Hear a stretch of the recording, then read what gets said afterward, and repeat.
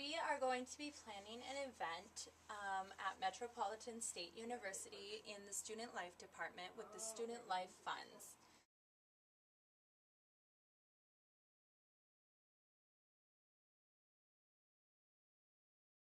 So this is going to be quite a large event, so we're going to have to go onto OrgSync to start everything off and create an event. We'll type in the name of the event and get together the meeting times. Great meeting, Molly. I'm really excited for Winter Extravaganza. Okay. We'll get you squared away so here. what do we need to do next? We need to make sure that we gather all of our promotional items Break that news to Joe. and gather all of our events, Sure they won't do that for us? UAB stuff from the storage in the library, Okay. basement of the library where all the student life and leadership materials are Can we held. pay for ourselves Okay, and get rid of us? alrighty, sounds good. I'll get on that. Awesome.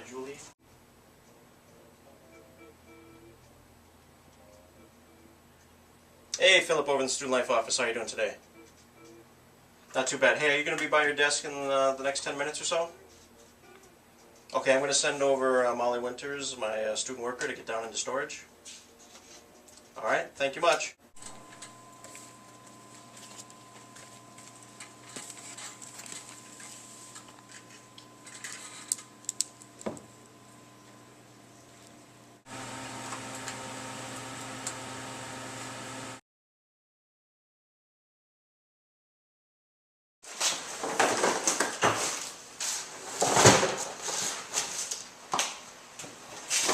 So after checking in storage, we are missing a couple of things that we need to have for this event. Can you go on to one of the approved vendor websites and order the different things that we need on here? You can choose whatever vendor you would like out of the whole list of approved Metropolitan State Minnesota vendors.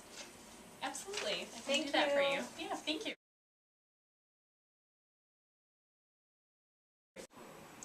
So I put in the 1400 purchase requisition, and now it's asking for the purchase order number, which gets processed by Oksana and Katrina upstairs. So because I haven't seen this come back in the past few weeks after putting it in, we're going to call up to Katrina and Oksana and find out if they maybe pushed it back or if they're going through the processing of it now. But either way, we have to follow through with finding out where this is at in the system so that we can make sure that it goes forward.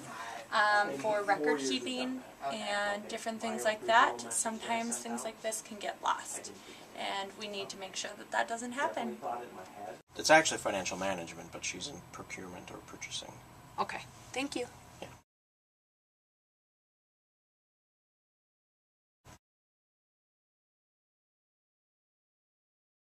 This is Marty from the University Activity Board downstairs in the basement with Student Life. And I'm just calling to check on an internal purchase requisition 1400. So I got the 1400 filled out.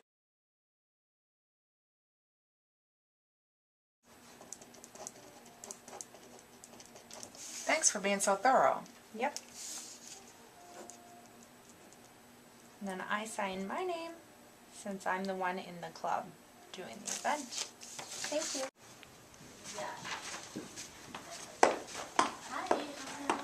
Hi, I just need to get in there to go talk to somebody about getting our 1400 signed.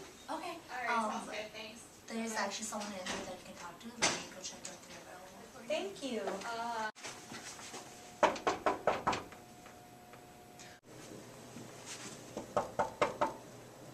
He's in the training session? He's in a training session.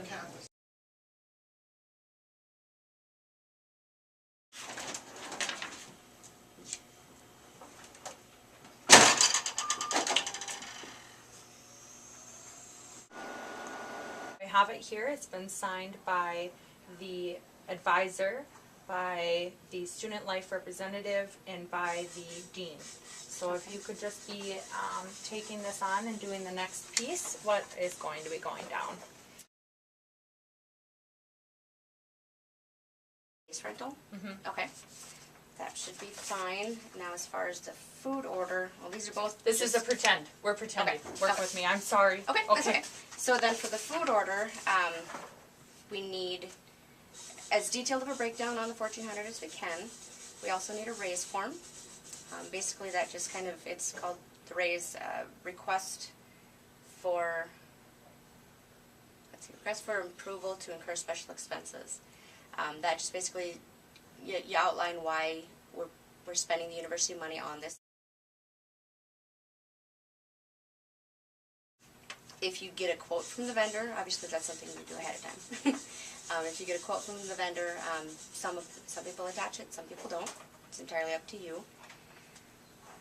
Once it gets up here, we, depending on how far out it is, I actually have a folder. Once I go to process it, I will encumber all the funds, and depending on which vendor it is, most of them nowadays we actually scan and email the purchase order. And what I normally do is I will CC whoever the preparer name is up at the top, so they also know that it's been processed. And then we will, usually I send Phil a working copy. For an example, this is a working copy versus something like this is what we would actually send to the vendor. Okay. And then the approved vendors. Mhm. The reasoning for that and what they're used to when working with our university. The reason we use approved vendors is we have this process called an RFP, and basically they need to bid with the university to be included in our contracted vendors. I believe Gina Lask was the one that actually handles most of that. And it's basically to just, keep a check and balance on the prices and see if it's even worth it and if the companies are willing to work with us. Anything that's done on campus, any of the campuses, has to be with an approved vendor. We started actually emailing the purchase order to, say, like Wabasha, because for some reason their fax machine just isn't working properly.